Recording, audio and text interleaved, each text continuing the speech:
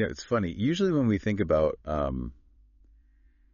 tackling the daily grind, right? Like clearing mental fog or fighting off that mid-afternoon slump. Oh, yeah, the dreaded 3 p.m. crash. Right, exactly. We always reach for something and highly engineered to fix it. If we were sitting at your desk right now, you probably have this whole arsenal of tools, like a third cup of coffee, maybe a sophisticated productivity app that tracks your every minute. Or one of those perfectly curated focus playlists. Yes, it's this whole technological suite. But today, we're taking a deep dive into a completely different kind of tool. I want you to imagine, just for a second, holding a piece of petrified sunlight right in the palm of your hand. That is quite the visual. It really is. Yeah. Today, we're looking at this extensive guide and some catalog notes from a source called Crystals by Rob. And our mission for this deep dive is to explore a fascinating mineral known as honeycomb calcite. Also sometimes called amber calcite, depending on where you look. All right, amber calcite. And the visual characteristics, they give us a clue right away as to why it's captured so much attention. It has this warm, glowing, golden yellow hue that just feels, very alive. It does. But what makes it physically distinct from, say, other forms of calcite is its unique cellular structure. It literally mimics the hexagonal appearance of a natural beehive. With those intricate golden layers, it's just visually stunning on a purely aesthetic level. Oh, absolutely. But our goal today isn't just to admire a pretty rock on a shelf, We really want to decode the metaphysical hype surrounding this specific stone. Because the source material makes some incredibly bold claims about what this object can actually do for you. Exactly. It promises to deliver what they call sweet abundance and act as this literal bridge between your thoughts and your actions. So we're looking at this as an energetic tool meant to combat information overload, lethargy, and self-doubt. What really stands out when you analyze these catalog notes is the dual nature they attribute to honeycomb calcite. Metaphysically, it's classified as both an energetic amplifier and a cleanser. Amplifier and a cleanser. Yeah, think about the physical sun for a moment. It has the power to brilliantly illuminate a landscape, highlighting every little detail, right? Right. But it also has the raw power to burn away the morning fog. The texts describe this stone functioning in that exact same dual capacity. It illuminates a person's inherent power while actively burning away negative stagnation. Okay, let's unpack this. Because transitioning from the physical appearance of a stone to its promised emotional impact is where this gets, really wild. It's quite a leap for a lot of people. For sure. Like, if you are listening to this on your morning commute and maybe you're dreading a massive presentation today, the idea that a golden rock in your pocket is supposed to make you feel capable probably sounds a bit absurd. Completely understandable. So why is a stone supposed to soothe a restless mind? The source describes it as a, quote, warm ray of sunshine for the heart, which is lovely, but how does that work? Well, the geometry is actually the key to understanding the mechanism the source is proposing here.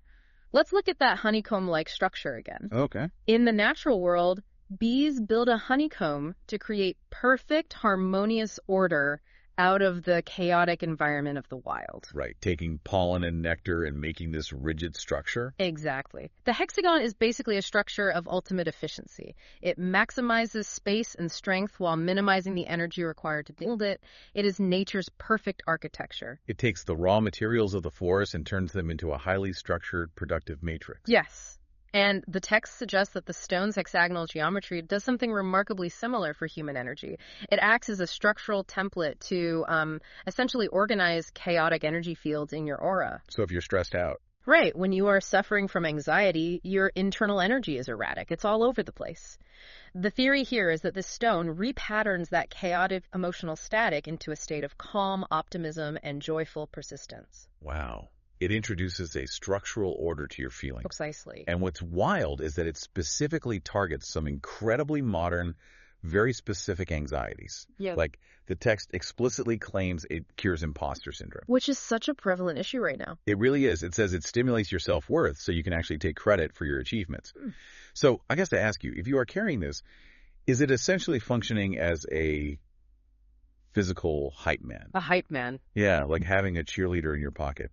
Because I am just fascinated that a naturally occurring mineral formed millions of years ago is being prescribed for a highly specific, modern corporate psychological issue like imposter syndrome. That instinct to view it as a placebo or a psychological hype man is totally natural. And honestly, from a purely psychological standpoint, physical anchors are incredibly effective. Right, just having something to touch. Yes.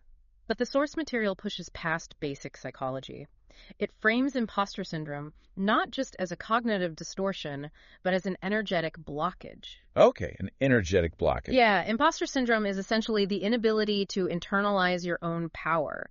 So the stone, through its amplifying properties, is supposed to take the tiny, quiet truth that you are competent and amplify it. Until it drowns out the chaotic noise of your insecurities. Exactly. It turns up the volume on your confidence. So it's taking the static noise in your head, organizing it into a clear, confident frequency, and turning up the volume.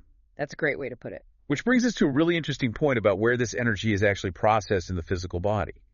Because according to the text, we have to look at the chakras. Yes, the chakra system is central to this. The source focuses heavily on a primary target, which is the solar plexus chakra, or Manipura. For those familiar with esoteric traditions, this is located in the upper abdomen, right in the gut. Right. And it governs personal power, self-esteem, inner strength, and willpower. The alignment here is very specific. While the solar plexus is the engine, the texts note that honeycomb calcite also has crucial secondary connections. Where else does it connect? It connects downward to the sacral chakra, Svadhisthana, which is the seat of creativity and passion. And it also connects upward to the crown chakra, Sahasrara, for divine wisdom and higher consciousness. So what does this all mean? Because I really want to push back on this a little bit. Yeah. The text explicitly states that honeycomb calcite clears stagnant energy in the digestive and metabolic systems. It does make that claim, yeah. Are we talking about a mental shift that simply relaxes the stomach, like you feel less anxious so your stomach doesn't tie itself in knots? Or is the source claiming a literal physical metabolic effect? I mean, it even claims this stone can replace physical stimulants like caffeine. What's fascinating here is how the source material approaches this by deliberately blurring the line between the physical and the psychological. They argue that in esoteric terms, the two are entirely inseparable. But even if we ground this in biology for a moment, let's look at the mind-gut connection. Right, the enteric nervous system. Exactly. The nervous system in our gut is profoundly impacted by our emotional state. Yeah, the vagus nerve. Mm-hmm. When we are stressed, our bodies pump out cortisol, we enter fight or flight, and digestion literally shuts down because our body thinks we need to run from a predator. Exactly that mechanism. By clearing the solar plexus of the heavy, dragging weight of self-doubt, the text argues you are halting that fight or flight response. Oh, I see. The source describes it as unleashing a literal physical vitality.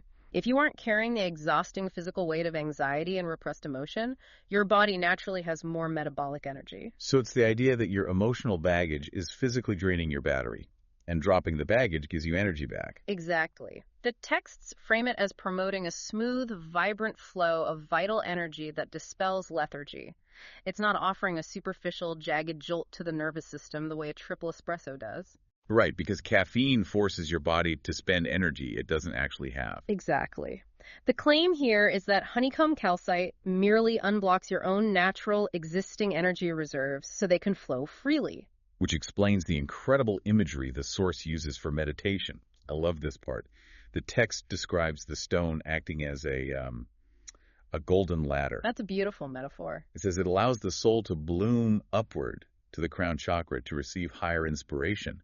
But because of its deep connection to the solar plexus, the physical body stays firmly grounded. You aren't just floating away into the clouds. Right. You are tethered, pulling that higher creative energy down into your physical gut to actually execute your ideas in the real world. It creates a harmonious circuit. You have the optimism and expansive joy of the golden light, but you retain the sturdy structural groundedness of the honeycomb. Because inspiration without execution is just daydreaming. Precisely. The solar plexus provides the willpower to act. But if this stone grounds you while simultaneously pushing your energy upward, we have to ask, where does that upward energy actually go? Because the source doesn't just stop at human anatomy. No, it zooms way out. It scales this entire concept up to a massive cosmic level. And here's where it gets really interesting. The text provides correspondence lists linking these three chakras to a mind-bending web of symbols. The correspondence tables in this specific catalog are incredibly dense. They represent a massive attempt to synthesize multiple different esoteric traditions into one unified theory of how the stone operates. The sheer diversity is wild. Let's just look at what the source associates with the solar plexus chakra alone. Okay. It is governed by the element of fire, the sun, and the planet Mars. Okay, that makes sense for a golden stone. But it is also guarded by dragons, phoenixes, and Archangel Michael. Quite the lineup. Right? And it's tied to gods like Prometheus and Agni and herbs like lemongrass and cinnamon. It sounds like a chaotic junk drawer of world mythology if you just read it as a list. It totally does. And it doesn't stop there.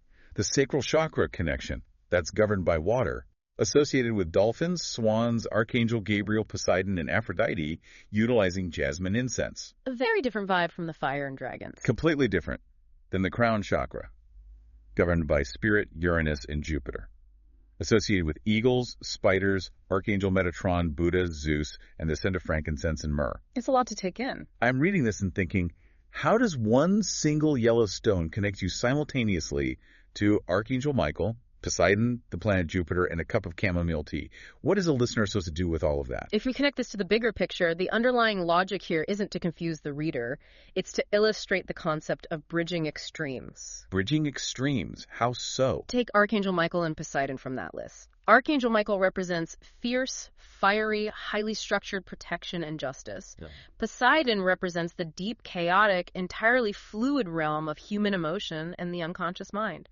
They are complete opposites. Fire and water, structure and chaos. Exactly. By tying the stone to both, the source is positioning Honeycomb Calcite as a universal adapter. Oh, an adapter like for electronics. Yeah. Think about traveling internationally. You have a laptop that needs power, but the wall outlet in a foreign country has a completely different shape and voltage. Right. You can't just plug it in. You need an adapter to translate that raw power into something your specific machine can use without frying the circuits. Oh, that is a brilliant way to frame it. The universe has all these massive, overwhelming energies, the raw creation of a deity, the fierce protection of a mythological dragon, the grounding reality of botany, and the stone acts as the translator. The text implies that the universe isn't a collection of isolated things, but an interconnected web. Humans have a psychological need to categorize the universe, to make sense of it. Which is why we created these archetypes of gods and angels in the first place. Exactly. The source is saying that Honeycomb Calcite is the physical note you hold in your hand to access any part of that network, depending on what frequency you need. Whether you need the fiery motivation of Mars to finish a project, or the fluid creativity of water to start one, the stone supposedly adapts and translates that energy for you. Okay, so let's bring this massive theoretical cosmic network back down to Earth. Moving from the realm of gods and dragons back to, your home office, your living room, your Tuesday morning commute. Let's ground it. If you actually go out and get a piece of this, how does Crystals by Rob suggest you use this universal adapter on a daily basis? The physical application is where that universal adapter concept becomes very grounded. The text highly recommends placing it directly on a desk or in a study space. So right where you work. Yes. The explicit goal there is to boost productivity, enhance mental focus, and give you the stamina needed for complex, long-term projects. It specifically mentions decision-making, too, which ties directly back to what we discussed earlier about organizing chaotic thoughts. Right. Holding the stone when you feel indecisive is supposed to cut through mental fog, acting like that structural hexagonal grid for your brain. The source also outlines specific abundance rituals. They suggest placing the stone in the center of a wealth attraction grid to manifest success. A wealth attraction grid? Yes, but the wording they use is very deliberate. They state it brings sweet abundance. Sweet abundance? This isn't about ruthless, cutthroat, corporate ambition. It's about attracting success that actually feels good and sustainable. Oh, I like that. It's the difference between burning yourself out to make $1 versus building something that actually enriches your life, the honey in the hive. Exactly. That phrase, joyful persistence, is the core theme running through all these practical uses. Joyful persistence. They also recommend carrying a small piece in your pocket or purse for an immediate emotional reset. So if you step out of a highly stressful meeting where you felt attacked, holding the stone is supposed to help you release that defensive tension. And quickly regain your emotional center. Yes. And there's a fascinating social aspect mentioned, too. Wearing it as jewelry is supposed to boost your warmth and confidence during social events. It projects a more open energy to the people around you. It changes how you interact with a room. Which makes me think of an analogy. Is it basically acting like a bouncer for your personal energy field? A bouncer. Yeah, like it stands at the door of your aura, but instead of being big and intimidating, it just radiates so much joyful energy that negative vibes like stress or anger from a coworker get uncomfortable and leave. A high vibrational barrier is how the esoteric community would phrase that, but your bouncer analogy hits the exact mechanism. Oh, love that. The idea is that lower frequencies simply cannot exist in the presence of that much structured golden light. Whether you are at a hectic job or trying to relax in your living room, it actively maintains the integrity of your personal space.